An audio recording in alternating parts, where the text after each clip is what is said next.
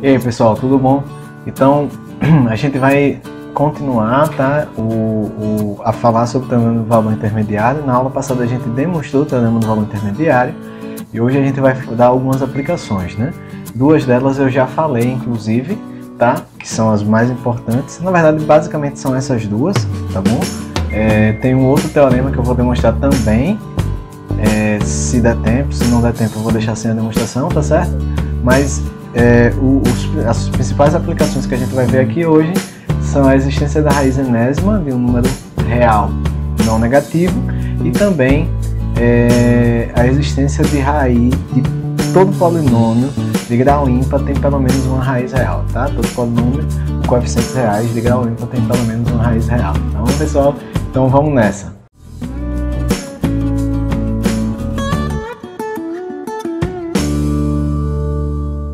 Então vamos lá, pessoal. Relembrando aqui o que é que diz o teorema do valor intermediário, eu sei que todos vocês sabem ainda do cálculo, né? Se f é uma contínua em um intervalo AB fechado em R e se D está entre f de A e f de B, então existe um C entre A e B, tal que f de C é igual a D, tá certo? Então f assume todos os valores entre f de A e f de B, ok? Porque ela é contínua no intervalo AB. Beleza? Bem, pessoal, então vamos lá demonstrar esse corolário, que é um dos mais importantes como corolário do teorema do valor intermediário. Na verdade, para a gente demonstrar ele, e tem a demonstração dele aqui no livro do Elon, do curso de análise, né, que é o mais grosso, a gente pode demonstrar ele, a existência dessa raiz enésima de A, só usando a completude de R. Então já no primeiro capítulo o Elon prova, só que quando ele prova o teorema do valor intermediário, ele diz assim, agora vamos dar uma demonstração mais elegante para esse resultado. E de fato fica mais elegante, por isso que eu vou fazê-lo aqui. Eu estou chamando como uma aplicação do teorema do valor intermediário, justamente porque essa demonstração é mais elegante do que a outra. Mas fique sabendo que não precisa do teorema do valor intermediário para provar a existência de raízes enésimas de um número real não negativo, tá? Então, o corolário diz que, dado um número real não negativo A e um n natural qualquer, existe um único C maior ou igual que zero, tal que C elevado a n da A. E eu vou denotar C igual a essa expressãozinha, né, que a gente chama de raiz enésima de A. Tá? E aí tem duas coisas que eu queria chamar a atenção. Tá? Dado um número real não negativo qualquer e um natural qualquer, existe a raiz enésima dele. Ou seja, existe um C real que é elevado a n da A. E eu ainda digo que esse C, existe um único maior ou igual a zero. Beleza? E aí eu digo isso por quê? Porque às vezes os meninos no primeiro período, eu faço lá um limite de cálculo 1, sei lá, e o resultado deu raiz de π. E aí eles, pô, professor, mas existe raiz de π? Existe. Aí eles perguntam às vezes até, e quanto vale, né? No sentido que eles querem saber a expressão decimal. Eu disse, olha, quanto vale a raiz de π. Agora, qual a expressão decimal, não sei não. E aí eles ainda ficam perguntando, mas professor, eu posso deixar assim na prova, né? Eu disse, pode, rapaz, relaxa. Se tiver certo, não tem problema, né? Se a resposta for essa, tá? Então existe raiz quadrada de π, existe raiz cúbica de π, existe raiz quadrada da raiz quadrada de 2 e assim vai, tá? Porque são números reais não negativos, beleza? E esse teorema garante a existência. Mas ele não só garante a existência, como também a unicidade da raiz quadrada da raiz enésima não negativa. Bem, e aí é outra confusão que aí não é só aluno do primeiro período, às vezes aluno da metade do curso de matemática, tá? Eu já perguntei a eles uma vez assim, na turma de álgebra linear 2, qual o resultado dessa expressão? Tá? Isso vale 2 ou isso vale mais ou menos 2? Tá? E aí ficou uma confusão, metade da turma disse que valia 2, metade da turma disse que valia mais ou menos 2. Claro que, se eu perguntar qual é a solução para essa equação em R, tá? E aí todo mundo vai vir aqui, né? Isso aqui vale isso aqui, mais ou menos 2, beleza? Só que veja, de maneira geral, quando a gente escreve isso com A maior ou igual a zero, a gente faz isso aqui, né? A gente faz isso aqui, olha. preste atenção que quando eu boto mais ou menos raiz quadrada de A, eu já está meio que claro que quando a raiz quadrada é um número positivo, cujo quadrado dá A, né, no caso. Beleza? Então, a resposta para isso aqui é 2 e não é mais ou menos 2, tá? A solução para essa equação é mais ou menos 2, mas a resposta para isso aqui é 2. Tá? Existe um único número C maior ou igual a zero que é elevado a n da A, beleza? Então, eu queria chamar a atenção a isso, tá? A definição de raiz quadrada, por exemplo. Então, e aí vale se estende para a raiz enésima, tá? Então, por exemplo, eu saí procurando aqui, depois de uma conversa com o professor Renato, referências que definissem a raiz quadrada de um número, tá? Dos livros do ensino médio, que eu não tenho tantos, eu tenho 3 aqui, eu achei a definição no livro do Dante. Nos outros 2 eu não achei a definição escrita, mas já estava claro que a raiz quadrada era a raiz quadrada positiva ou a raiz quadrada não negativa, ou seja, a raiz quadrada de 4 é 2, tá? Não achei a definição de raiz quadrada no livro do Cálculo 1 do Stuart nem do Guidorize. Tá? Se vocês acharem, me avisem. Não olhei nos outros, né? Eu tenho alguns outros, tenho do leitor, não olhei, tá? No livro do ensino médio do Dante, ele define. Então, ele diz assim, dizemos, eu já deveria ter escrito aqui, né? Dizemos que A é, eu vou botar C, né? É a raiz quadrada de um número A maior ou igual a zero, quando C ao quadrado é A e C é maior ou igual a zero. Beleza? Então, ele já considera a raiz quadrada como a não negativa. Ele define assim. Os outros livros que eu procurei aqui não definiram, mas já estava implícita isso aqui, tá? E aí, pessoal, eu fui olhar também nos livros de análise, mesma coisa. A maioria não define. Eu achei a definição nessa daqui, que na verdade é como esse corolário. Beleza? Ele não define e já está claro ali. Por exemplo, eu não estou definindo no corolário. Olha, a raiz enésima é isso. Eu já estou usando o símbolo. Então, por essa notação, ele define também a raiz enésima como a solução não negativa para a equação x elevado a n igual a A. Beleza? Esse livro de análise. Ponto. Certo? Dito isso, eu vou agora, e eu espero não complicar vocês, tá?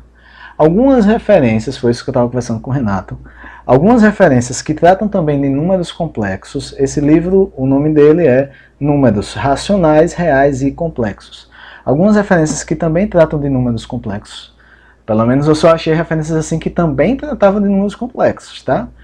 Dão duas definições distintas de raiz quadrada, por exemplo, de raiz enésima de maneira geral, tá?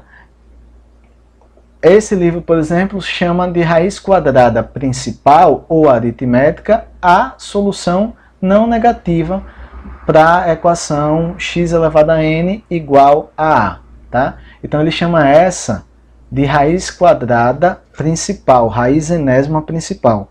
E é nessa, a não negativa, que ele usa o símbolo, tá? É nessa que ele usa o símbolo, na raiz quadrada principal, na raiz enésima principal, beleza?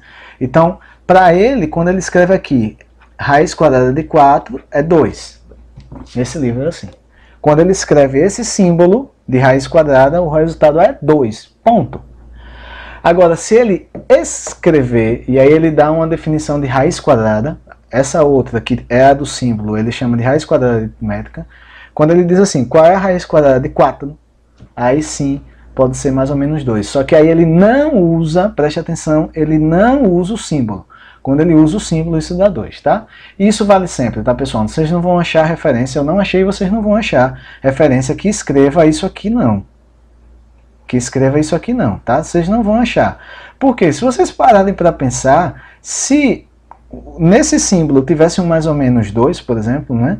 Essa expressão valesse mais ou menos 2, isso aqui não definiria, por exemplo, a função raiz quadrada, tá? Porque a imagem essa função mandaria 4 em duas imagens distintas, por exemplo. Porque a gente não definiria norma e até mesmo de complicação. Só isso aqui não está bem definido. Tá certo, pessoal?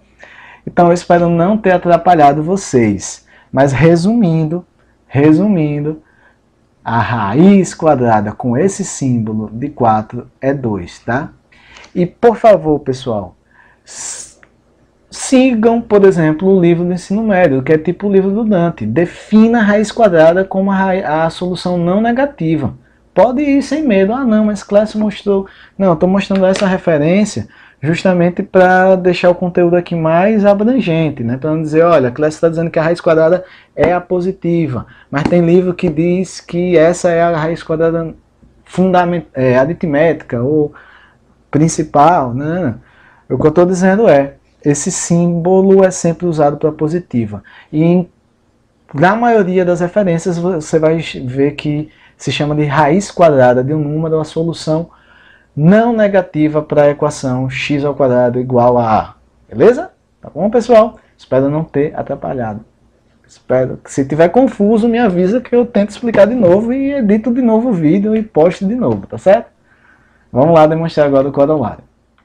Bem, a ideia da demonstração é fácil, pessoal. Eu vou considerar o polinômio x elevado a n.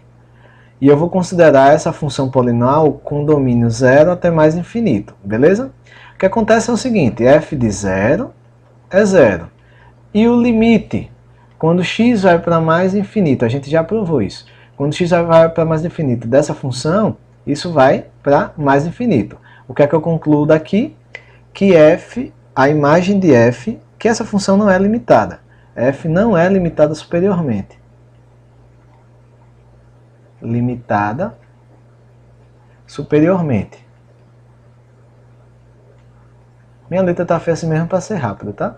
Então f não é limitada superiormente, beleza? Isso implica que, já que não é limitada superiormente, então existe algum d tal que a imagem de d por f é maior do que c. Se não existisse ninguém assim, o c seria a cota superior para a imagem e f seria limitada superiormente. Então ela não é limitada superiormente, então tem alguém na imagem maior do que esse c. Pronto, o que é que eu concluo? Olha, eu tenho o c, então, né? O c aqui fica maior ou igual, né? Mas eu vou botar só o maior porque eu vou separar o caso que o c é 0 ou que o c não é 0. Então o c fica entre duas imagens de f. E aí, pelo teorema do valor intermediário, existe um cara... Desculpa, c não, desculpa, né? Então, pelo teorema do valor intermediário, existe c tal que f de c é a. Né? Mas quem é f de c? É c elevado a n. Beleza? Então, esse aqui prova a existência. A unicidade vem pelo fato que essa função aqui é crescente. Nesse intervalo, essa função é crescente. Logo, ela é injetiva. Então, existe um único cara que f de c é a nesse intervalo. Beleza? Ok. Então, o caso que A é 0, isso é imediato, porque só tem um cara que é elevado a n dá 0, é o próprio 0, beleza? Então, caso A igual a 0, a raiz enésima de 0 é 0, e é o único, tá? Não tenho que provar, vou continuar. Às vezes eu falo demais nas coisas meio imediatas demais, tá? Então, no caso que A é positivo, a gente vai fazer justamente isso, considerar a função, né, de 0 a mais infinito até 0 a mais infinito, definida por x elevado a n. Essa função ela é contínua, eu esqueci de falar isso antes, né? Essa função ela é contínua e f de 0 é 0, beleza? Além disso, o limite dessa função quando x vai para mais infinito é mais infinito, né? O slide aqui ficou ruim, mas o limite de f de x quando x vai para mais infinito é mais infinito. Então, a imagem dessa função é um intervalo, mas eu nem vou usar isso aqui, é intervalo pelo corolário anterior, ilimitado superiormente. Se é ilimitado superiormente, tem alguém nessa imagem maior do que o A. Beleza? Maior do que o A. Aqui é D. Para algum D. Tá? Desculpa, para algum D. Então, existe alguém na imagem maior do que o A. Beleza? Aqui, se está na imagem é o F de alguém. Nesse caso eu denotei por F de D. Beleza? D. Uma vez que o A está entre f de 0 e o f de d, eu botei maior aqui porque eu estou considerando A maior do que 0, tá? e f de 0 é 0.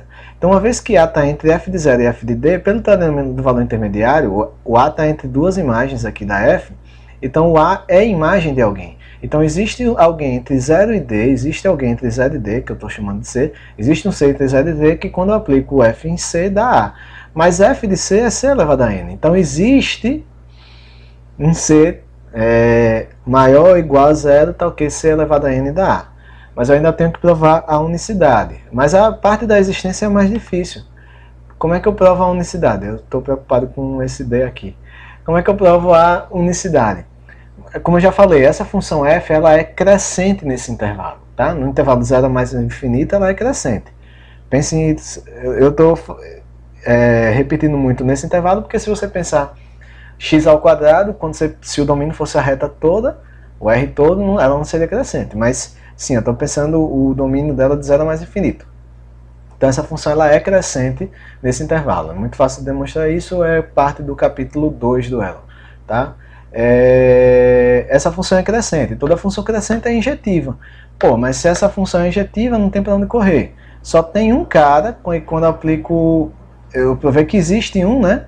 Tem um cara que quando eu aplico o f em C dá A, e claro, ele é único porque a função é injetiva. Se existissem dois, a função não seria injetiva.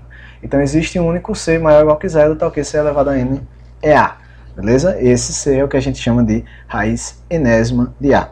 Mais uma vez, preste atenção que a raiz enésima de A é o único número não negativo que é elevado a n da A. Tá? Então, menos 2 não é raiz quadrada de 4, beleza? 2 é raiz quadrada de 4. Tá? Isso em R é assim.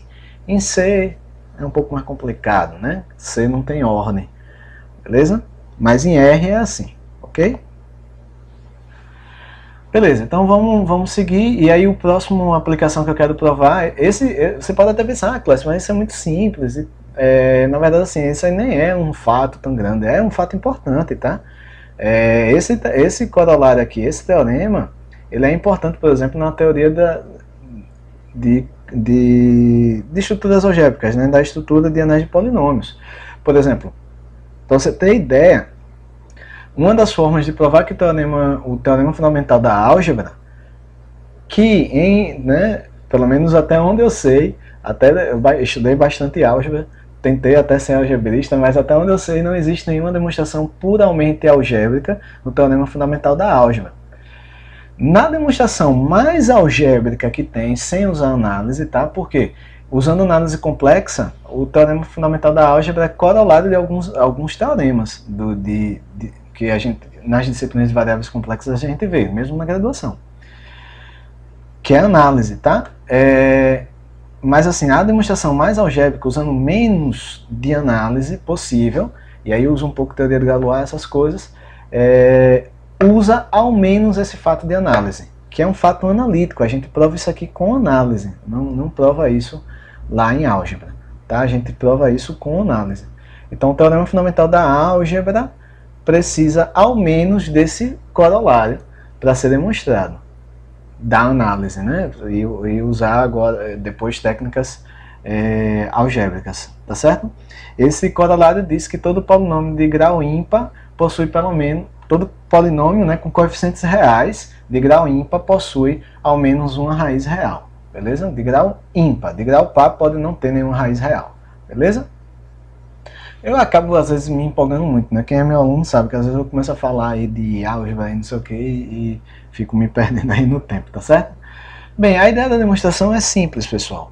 Eu nem vou dar a ideia, tá? Eu já vou direto para a demonstração porque a demonstração é simples. Eu vou pegar um polinômio de grau n, né? Então ele é dessa forma e o a não é zero.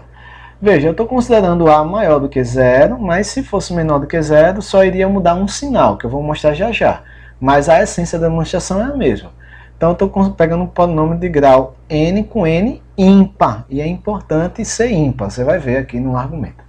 Aí o que é que eu faço? Eu coloco esse termo aqui, o termo líder, a n, x elevado a n, em evidência. E isso vai dar, quando você bota em evidência, vai dar justamente a n, x elevado a n, vezes esse trambolhão todo, né? Eu multiplico aqui por a n, x elevado... Olha, sim, tá certo. Multiplica isso aqui tudo por a n, x elevado a n, que você vai chegar nesse polinômio, beleza? Ok? Né? Você tira um x elevado a n aqui, né? Vai dar isso aqui, e aí vai. Vocês sabem, né? Bem, veja, olha para cá rapidão, olha para cá. Né? Aqui tem 1 sobre x, 1 sobre x elevado a n menos 1, 1 sobre x elevado a n, e aqui tem um 1 sozinho. Quando eu faço x ir para mais infinito, esse daqui vai para zero, todos esses vão para zero. Beleza? A gente já provou isso, todos esses vão para zero. Sobra quanto? 1. Se eu fizer o limite quando x vai para mais infinito, tá? O resultado disso vai ser 1. Beleza? Então, aí o que é que eu concluo? Olha para cá agora, olha para cá. Se eu faço um limite quando x vai para mais infinito no p, isso aqui é uma constante, né?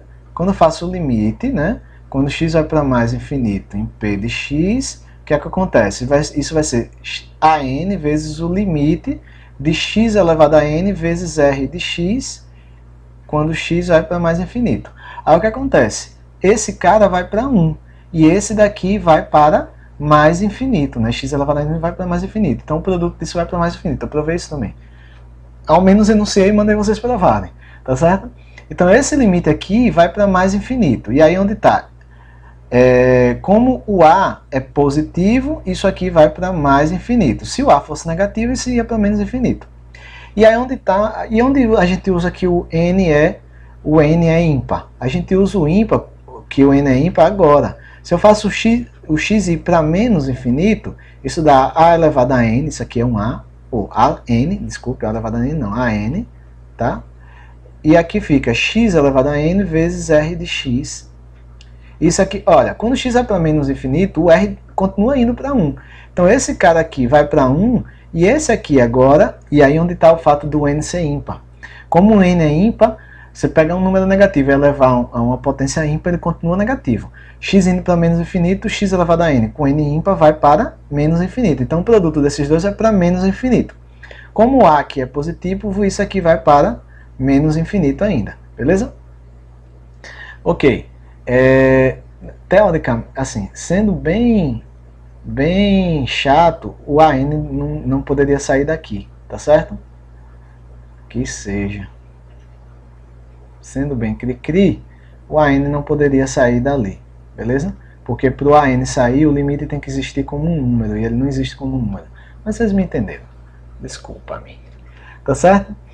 E aí aqui é onde a gente usa, né, que o n é ímpar. Se o n fosse par, isso seria mais infinito também. E aí não daria para usar meu argumento, que vai vir o seguinte. Se o AN fosse negativo, aqui seria menos infinito e aqui mais infinito. A questão é ter essa variação, um ser mais e o outro ser menos infinito, ok?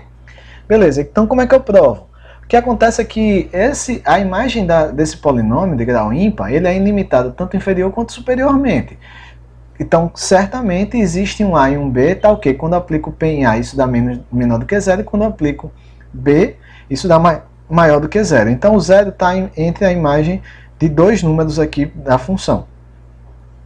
Tá entre P de A e P de B. Então, pelo teorema do valor intermediário, existe alguém entre A e B, especificamente, tá ok? P de C dá zero. Então, esse polinômio de grau ímpar possui pelo menos uma raiz real, tá certo?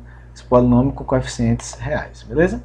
E aí, só para concluir, pessoal, esse teorema eu não vou demonstrar, tá bom? Depois vocês dão uma olhada lá na nota de aula, certo? E aí, eu não vou demonstrar ele aqui para a gente não passar muito tempo. A demonstração dele é meio grande também. Ele é um teorema interessante, mas a gente não usa, pelo menos até a parte derivada, a gente não usa em nenhum momento. Eu não me lembro de cabeça se a gente usa na parte de integrais, beleza? Mas é um teorema importante porque fala de condição para uma função ser um homeomorfismo. Tá, o que é um homeomorfismo? Sejam x e y dois conjuntos de R. Um homeomorfismo entre x e y é uma bijeção contínua cuja inversa é ainda contínua. Isso aqui, mais uma vez, a câmera vai parar daqui a pouco, mas eu vou continuar falando sem minha imagem mesmo, tá, pessoal? Porque só vou terminar isso aqui.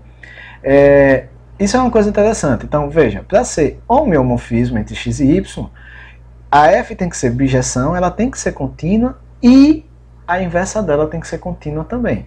Isso é uma coisa interessante porque em outras teorias, tipo em álgebra linear, o que é um isomorfismo entre dois espaços vetoriais é uma transformação linear objetiva. Você não se preocupa que a inversa é ainda uma transformação linear. Por quê? Porque sempre é. A inversa de uma transformação linear é transformação linear. Pode existir uma função F pode existir, tem exemplos na nota de aula, tá? Eu não trouxe aqui porque eu sabia que ia ficar apertado aqui esse finalzinho. Tem funções f contínuas de x até y objetiva cuja inversa não é contínua. Existem funções bijetivas entre x e y contínua cuja inversa não é contínua. Tá? Então, para ser homeomorfismo entre x e y, e aí eu digo que x e y são homeomorfos, tá? Um homeomorfismo é uma bijeção entre x e y que é uma função contínua e cuja inversa é ainda contínua.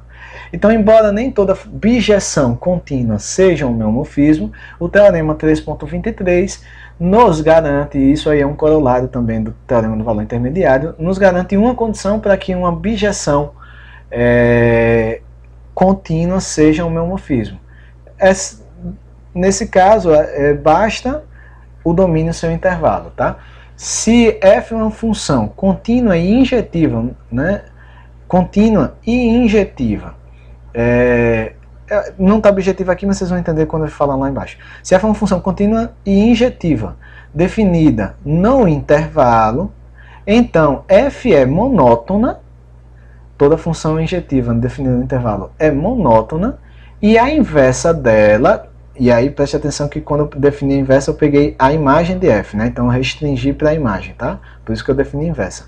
Eu não pedi bijetiva aqui, porque eu vou considerar a g, a inversa dela, tomando só a imagem da f, beleza?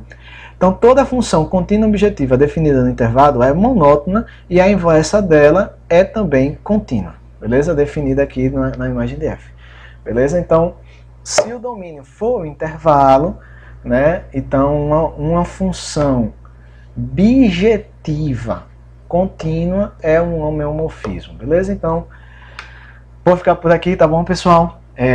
Próximo vídeo a gente já começa a falar de funções contínuas em conjuntos compactos, máximo e mínimo de funções, coisas que a gente vê em cálculo também, otimização, coisas do tipo, tá? Que é uma parte bastante interessante. Então, eu espero vocês no próximo vídeo, tá bom, pessoal? Até mais!